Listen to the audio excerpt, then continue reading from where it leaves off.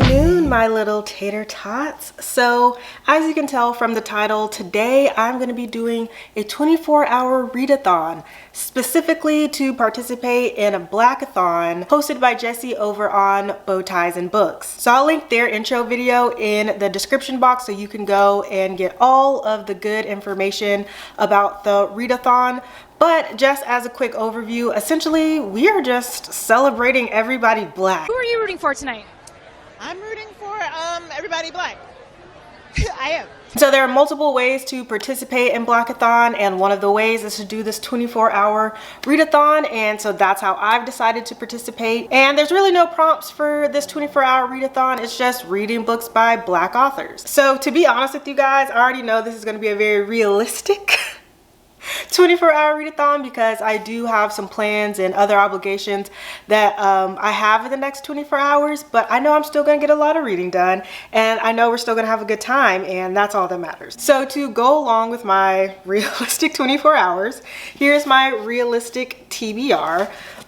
For this readathon, we have Akata Witch by Nnedi Okorafor, and I also have the audiobook for this because I have a feeling that a lot of my reading is going to have to be done through audio in this next 24 hours. And then I also have Razorblade Tears by S.A. Crosby. And then I also have Recitative by Toni Morrison on audio. And that's only a 2-hour audiobook. So I really feel like I can get through hopefully all 3 of those books in the next 24 hours. But I think I'm going to start with Razorblade Tears by S.A. Crosby. Oh, I think I said Crosby the first time. It's S.A. Crosby. And so I know this book follows like a white dad and a black dad, and their sons were in a relationship, but now the sons are both dead. And so they're on this quest for like redemption for their dead sons. But I've heard so many good things about this book, and I'm really excited to get into it.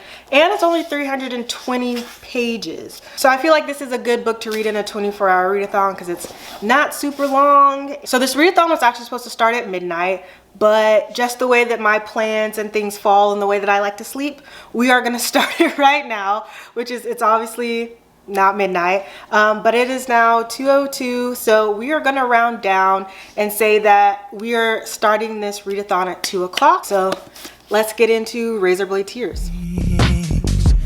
What is trouble in your mind? Are you doing business to test me? I'm bad at handling this type of thing.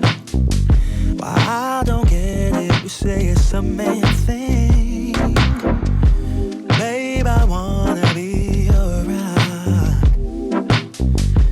I just wanna make your heart sing, but you're not letting me get through to you.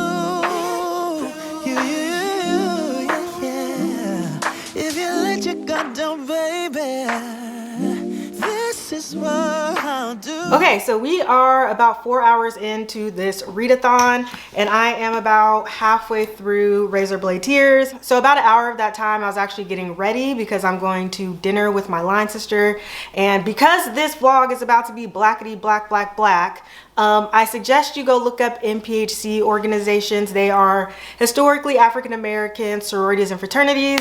Feel like you'll learn a lot if you aren't familiar with them already.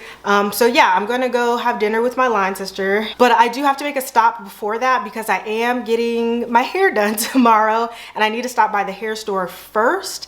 And since my hair appointment is so early in the morning, I need to do it now before I go drink a little bit.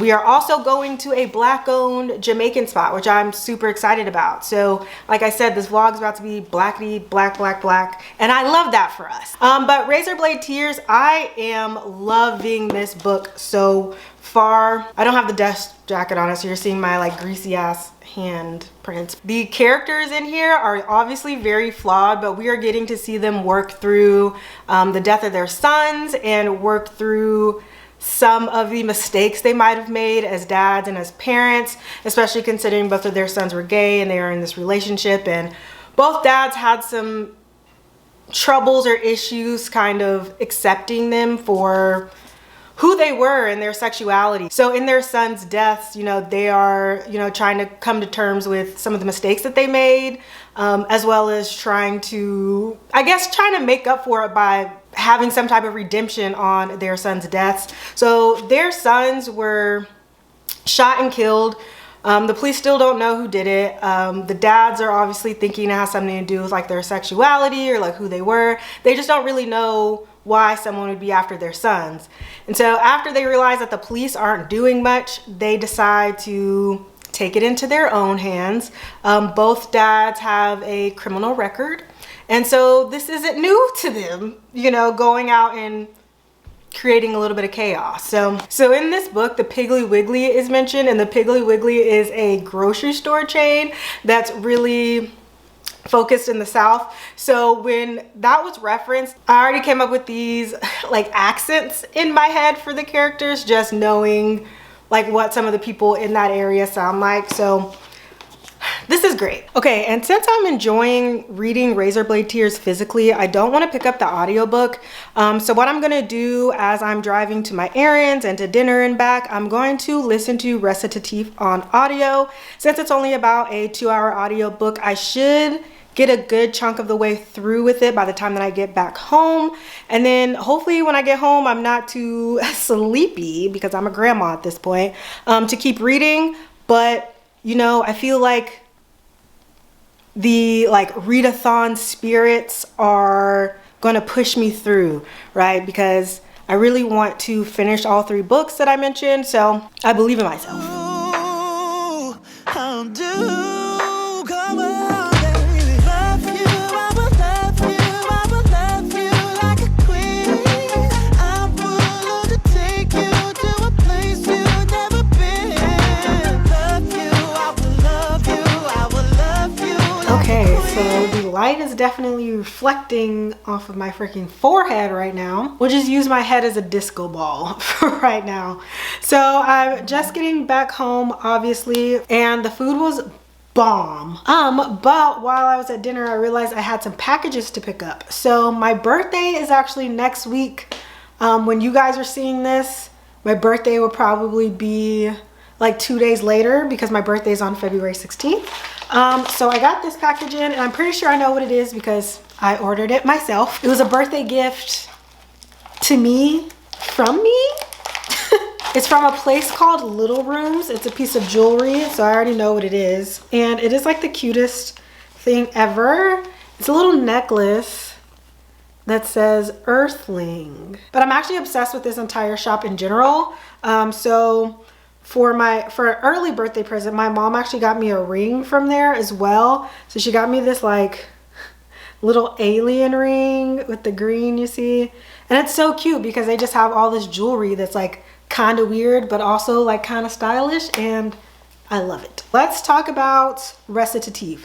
So I did finish it on my drive. The whole premise of why Toni Morrison wrote the book or the short story is just so interesting to me, because essentially it was an experiment on how people view race and how people have certain biases without even realizing it. So in Readathon, there are 2 young girls, and you don't know which one's white and which one's black. You do make some assumptions based on like your own race, I think. But it was just like an interesting thought on like how we view race and prejudice and bias and things like that. So I really enjoyed it, and I definitely recommend it. However, I will say that if you have the Libro FM copy, and I'm not sure if this is the same way for other copies of the book, but in the Libro FM like audiobook copy I have, there is a introduction, and I feel like the introduction is more so for people who have already read I knew I was eventually going to get tongue-tied on that word. I feel like the intro is more so for people who have already read Readathon, because the introduction is like actually longer than the story itself. And I would say the first 5 minutes of the introduction was really helpful. This light is still getting on my everlasting nerve. Okay, let's do this. It's just really bothering me that like this part of my face. However, I'll say past that, I almost felt spoiled because I hadn't read the actual short story yet, because Zadie Smith kind of goes into like a reflection of what some of the meanings of the book could be, or like further thoughts on the characters. In my opinion, they should have made the first 5 minutes of her introduction like an actual introduction, and then the rest of her thoughts should have been like some afterthoughts, I guess, because having that all at the beginning without like some type of warning to the reader just didn't really make sense to me. So now that I finished Readathon, I still need to finish Razorblade Tears, and then I have Akata Witch. And I have to wash and blow dry my hair for my hair appointment tomorrow. So before I get too tired, I want to do that. And I think while I'm doing that, I'm going to listen to Akata Witch. And then once I finish that, I'll stay up and finish Razorblade Tears. And I also just realized I didn't give you guys like a rating on Readathon, what Toni Morrison wrote and the idea behind what she wrote. 5 stars.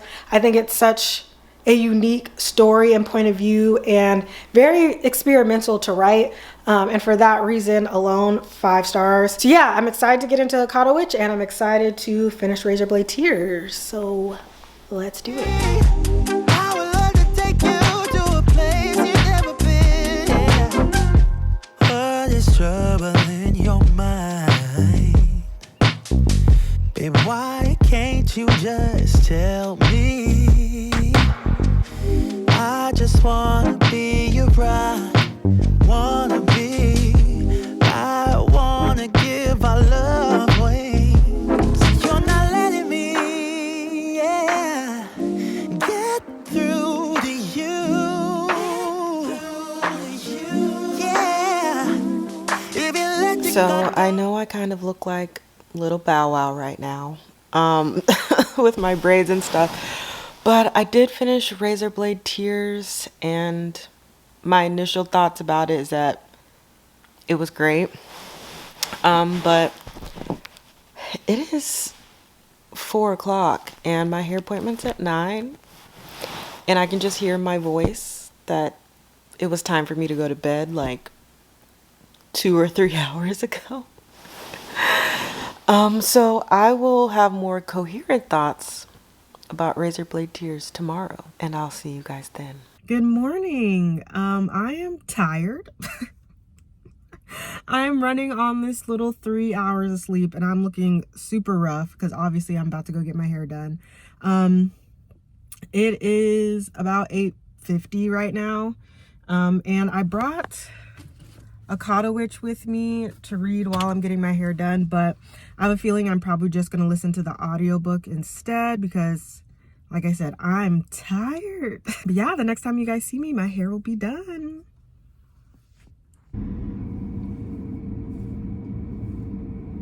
Okay, so it is 1:55, which means this readathon is technically almost over.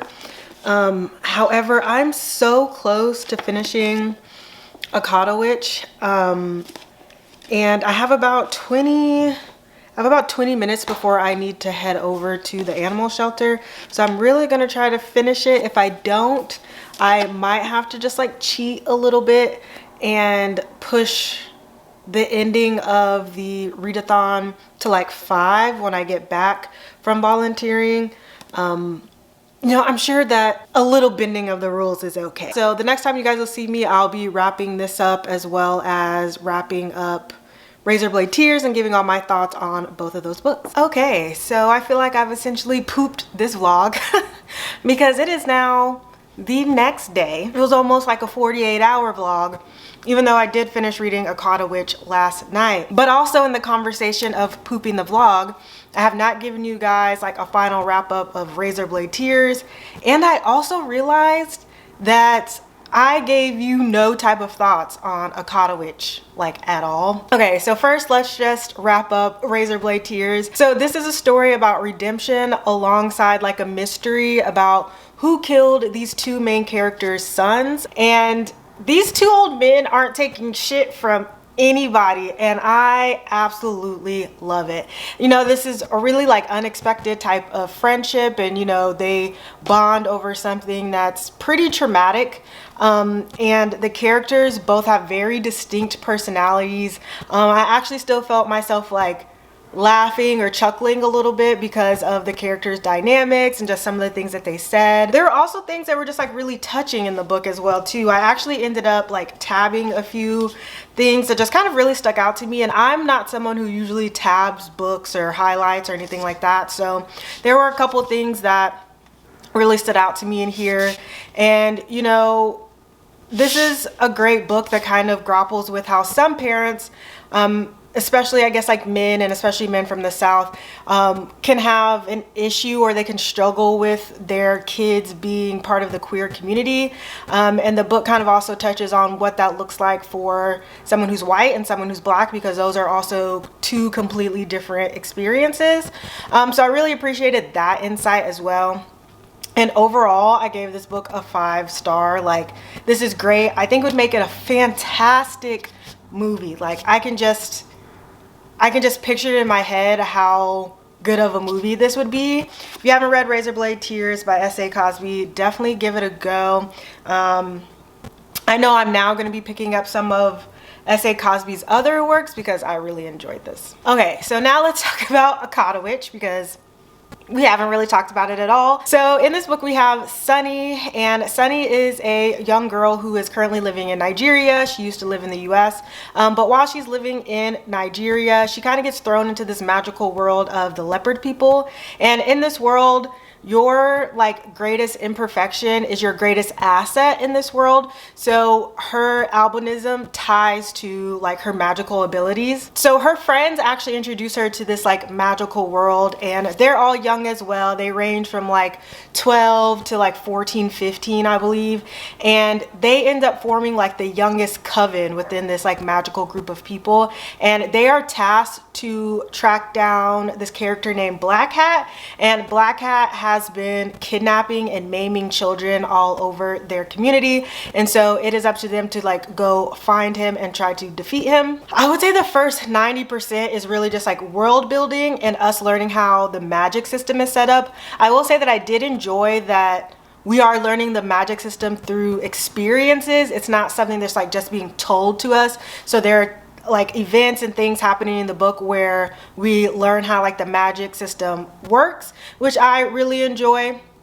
However, I just feel like the main conflict wasn't shown until the end, so it really kind of left this not open-ended, but it had me questioning a lot of things. And I get it because this is a series, and I know there's 2 more books in this series, so I get why it's kind of left like a little bit open-ended and you're left with some questions. So overall, I give this like a 3.2, 3.5 star.